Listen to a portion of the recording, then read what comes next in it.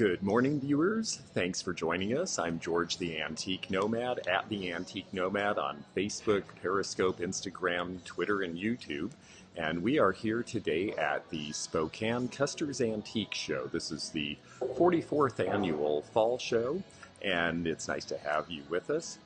Coming into the first bay here, this is what people are greeted with when they walk in through the hall.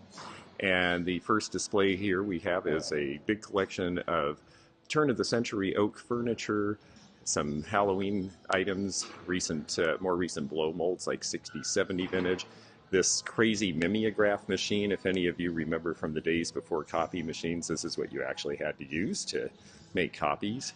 We've got some really great big showy stuff in here too, like this ship's wheel, so that's a fun place to start. This dealer over here, we've got quite a bit in the realm of silver charms.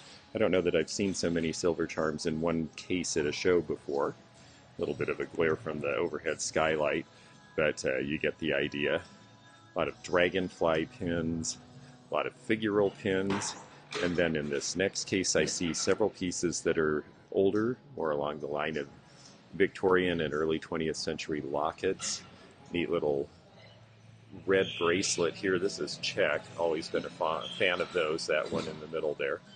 Okay, we're going to carry on here. Pass more jewelry into the next section here. We've got Vintage Mercantile, and they have just what it sounds like. They've got a bunch of stuff from Vintage Mercantile. This is a really cute display here. Old Carter carburetor, ceramic fuel filters. That would have been from an old auto parts store. Then you can see here there's an interesting reuse of a bed frame into a bench. That's actually a pretty neat piece. A little bit more oil memorabilia, a very nice balance scale here. We also see a lot of furniture at this show. Unlike a lot of shows, we actually see more furniture in Spokane than a lot of places. Interesting display here with everything from cameras to 60s, 70s glass and this really groovy lamp up top there. So that's a fun booth. Going to try to turn slowly here. Now Spokane also is a place where you really do find high-end, nice, antique, true antique pieces. Here we have Cazelle and Steuben lampshades from about 1910. Those are expensive and difficult to find. A nice group of silver items as well here. And then in the back we have Western photography, prints, and related pieces, everything from Remington to still photos. This is the framed example of the ghost dance coming from the Bureau of Ethnology. Looks like some old Curtis reprints. Again, more of the fancy turn-of-the-century gilded glass. And a really great old guitar for something different here. This one's got this amazing metal soundboard. This looks like a piece out of probably the 1920s or 30s. It's a company called Dobro, sorry. Dobro guitar, you can see up on the neck there. Definitely a handsome and different piece. Not sure if this is an original or a later production, but it is a really cool thing. It'd be great to be up on stage playing that. We see a lot of Native American and Western type items here because of where we're located. We've got an old lithophane clock with the stags on the bottom. That's from about 1890. And below, a very unusual, actually one-of-a-kind piece of what they call tramp art. These were little pieces made out of little chipped pieces of wood. You hear them called prison art because sometimes they were made by people in institutions. You also hear them called tramp art because it was popular during the Depression. A way to make money was to make things like that and sell them to people. And that is an unusual piece. Won't find another exactly like it. We have, coming into the main bay here, interesting drawer sorter. This old horse toy is quite a neat piece. This is going to be from probably 1910 approximately. Old doctor's bags we find are very popular. This is a nice leather one with lots of texture. I'm going to turn slowly and show you another booth here. This has a lot of really nicely done steamer trunks. People use these as coffee tables and furniture nowadays, not strictly for storage, but they're great for that too. We see a lot of snowshoes in this area because there is a lot of snowshoeing in this area. It gets very cold here in the wintertime. Boxes are popular with people, and this dealer has wisely assembled a very nice selection. I see Florenza gold from Italy, I see Sensham, I see inlays from places varying from the Middle East to Europe.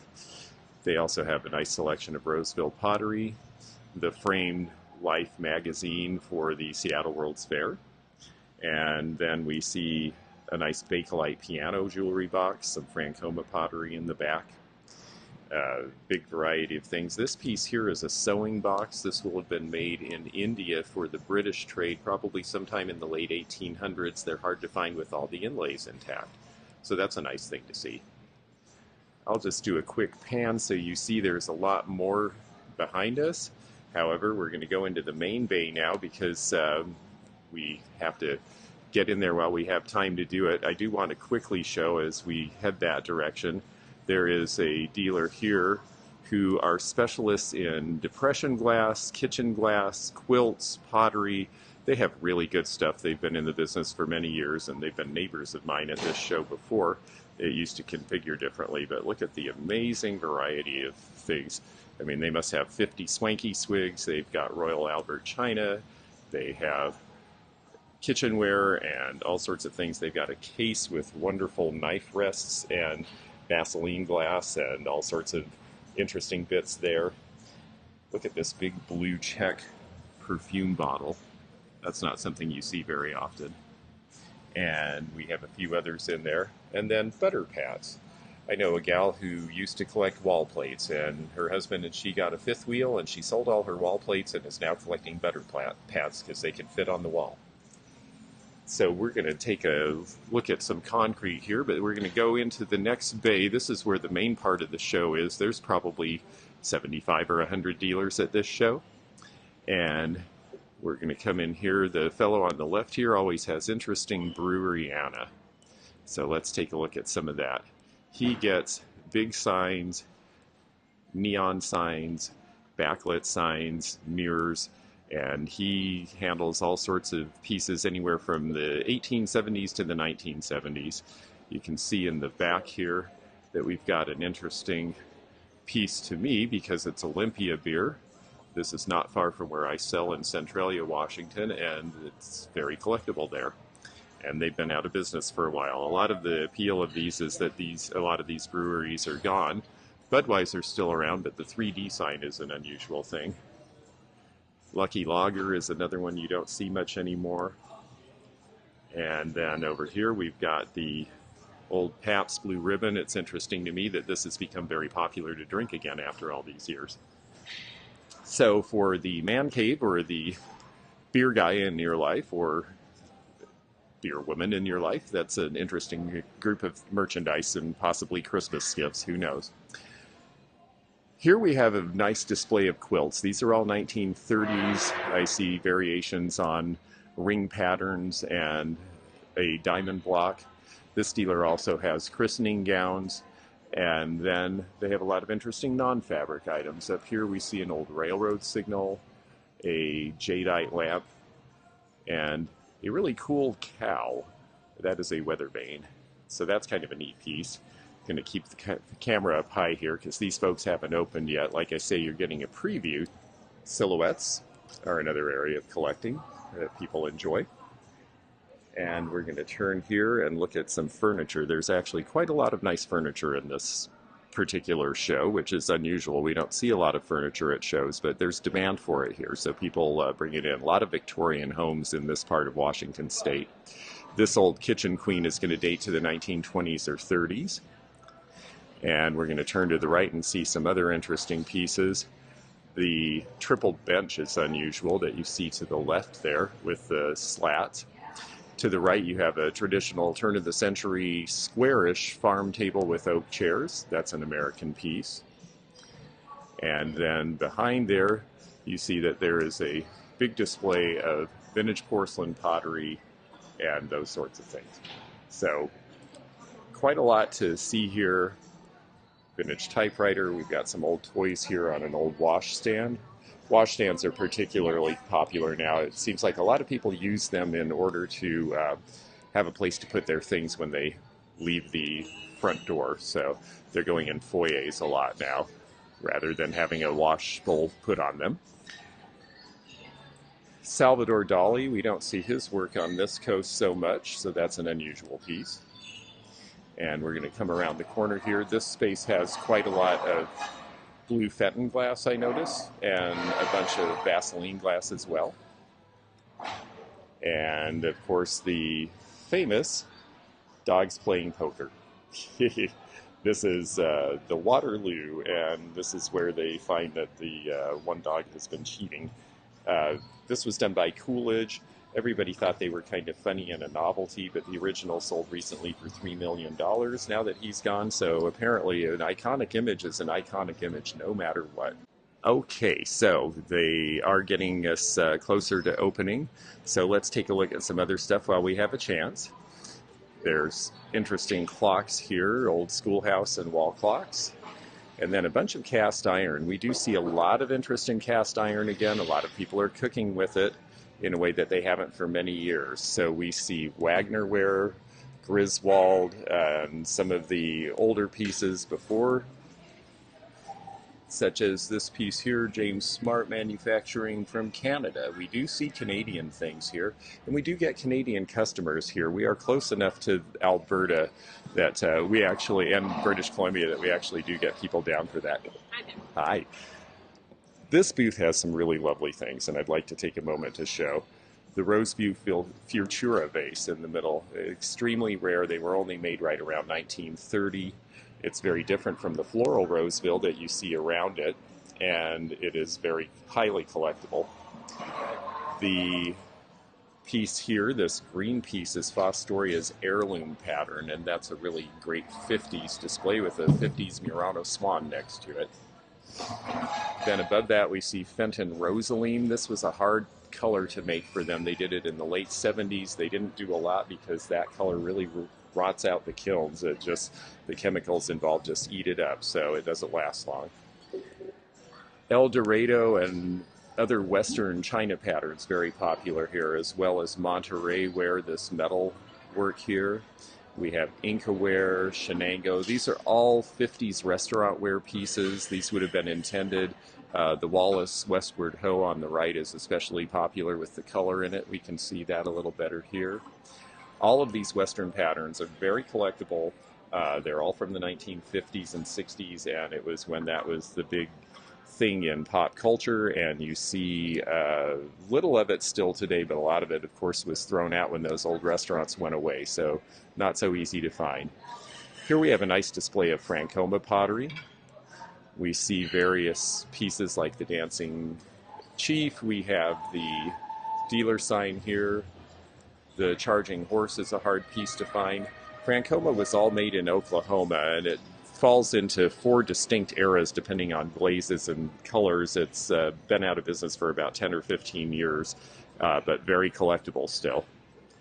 And then briars. This is something we expect to see in Spokane because, again, we are out west here, and a lot of interest in horses, a lot of interest in briar horses. We see interest all over the country. I sell these all the way from here to Kentucky to Florida. However, we see a big selection of them here because there's a lot more interest the farther west you go.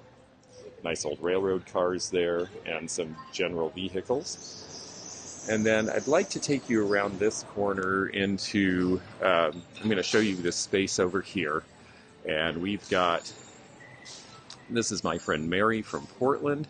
She comes out to do the show every time, and she really likes 50s and gets really cool stuff. This is a great flight of flamingos here, all sorts of interesting pieces.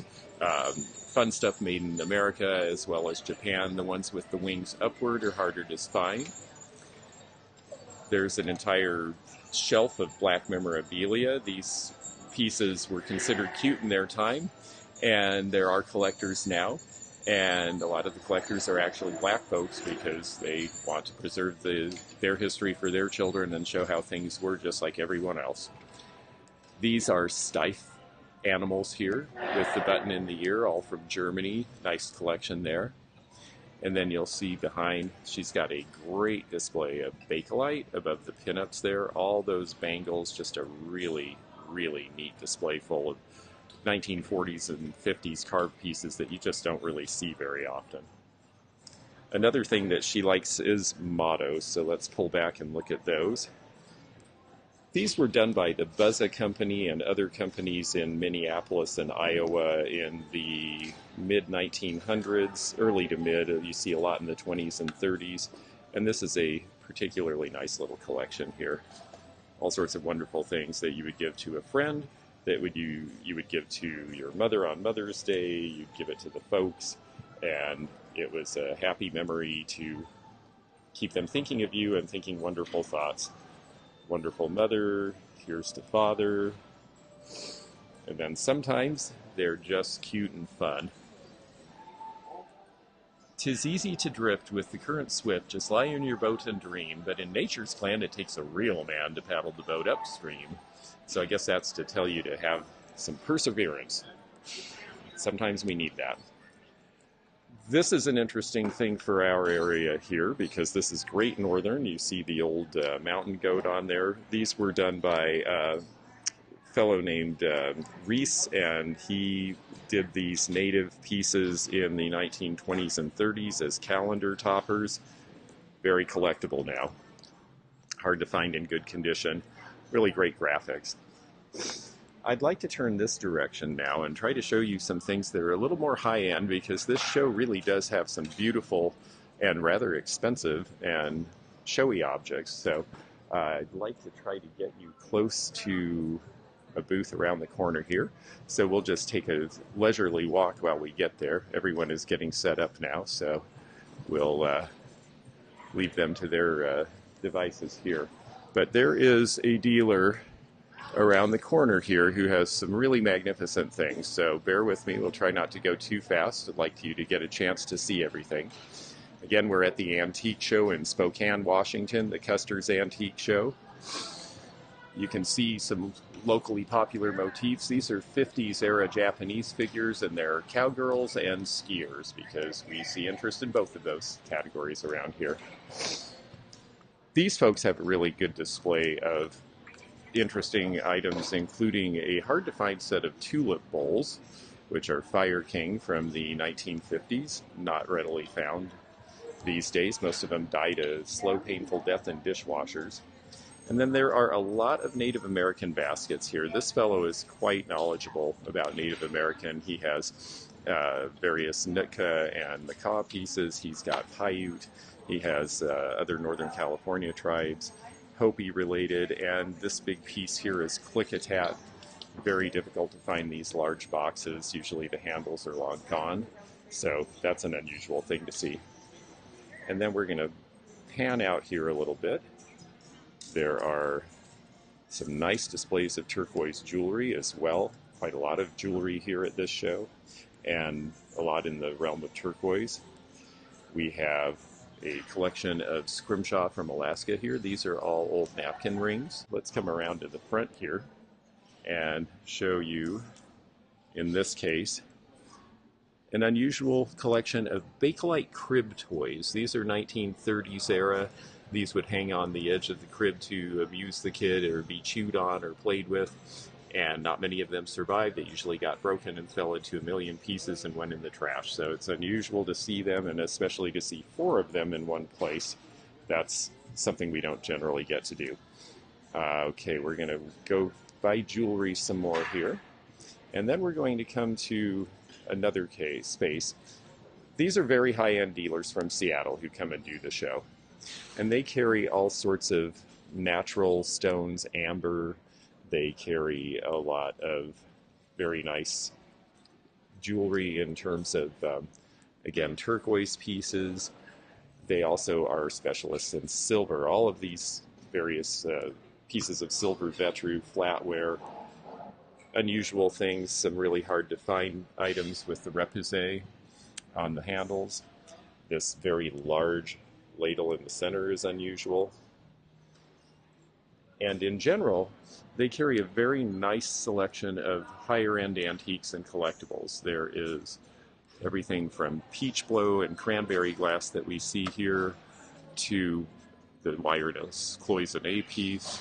The blue vases there appear to be Lutz. This piece here with the fishnet painting is Heron. You don't see the larger figures often at all. Next to it is French dressing. This is one of the pieces made by Holt Howard in the 1950s, and that is a hard one to get. This Yadro figure of the Doctor is not somebody that we see often in Yadro. And then stepping back even further, we have this amazing porcelain cherub candelabra. This piece is probably 3 feet tall, hand-painted, and looks like it's done in the Dresden style. And I imagine that this piece is in the 4 figures. We also have some interesting Asian motif porcelain here. Figurines by Cebus. The bowl, I believe, is Steuben. In the case here, we have 3 pieces of wireless cloisonne, and then on top a really lovely portrait vase. You can see the detail in the handles, and the transfer ware and hand painting really work together and make that a real showstopper. This figure here is also very interesting to me because of the detail. And that is a horseman. And then for fun, we have these bits. These are actually made in occupied Japan, 1947 to 52, by a company named Ardalt, and they're little egg figures. The bottom is an egg cup. You would actually put your egg in there, and I believe the top is likely a shaker for salt. These are Murano Seguso pieces from the 1950s, the 2 perfume jar bottles and the dresser jar. Seguso is a particular maker in Murano and is one of the more desirable ones. That set's priced at $325, and that is not a bad price for a Seguso set like that. This showcase has some beautiful pieces as well, and some unusual and fun ones. The little Rookwood monkey is a hard piece from the end of Rookwood's production. That one's going to date to the 30s, and they didn't last more than about another 15 or 20 years. These pieces here are mesh purses, and they are in really wonderful condition. The color is very strong. They're upside down the way we're looking because we're on this side of the case, but they are really lovely 1930s pieces. So again, the Spokane show isn't just about kitsch and fun. It is actually a high-end antique show with really nice pieces, everything from furniture to jewelry. There are so many other things I'd like to show you, but I am going to have to go open, I'm afraid, because it's taking more time to get around just to show you things than I thought. There's a lot more here. It is much bigger than what I've been able to show you.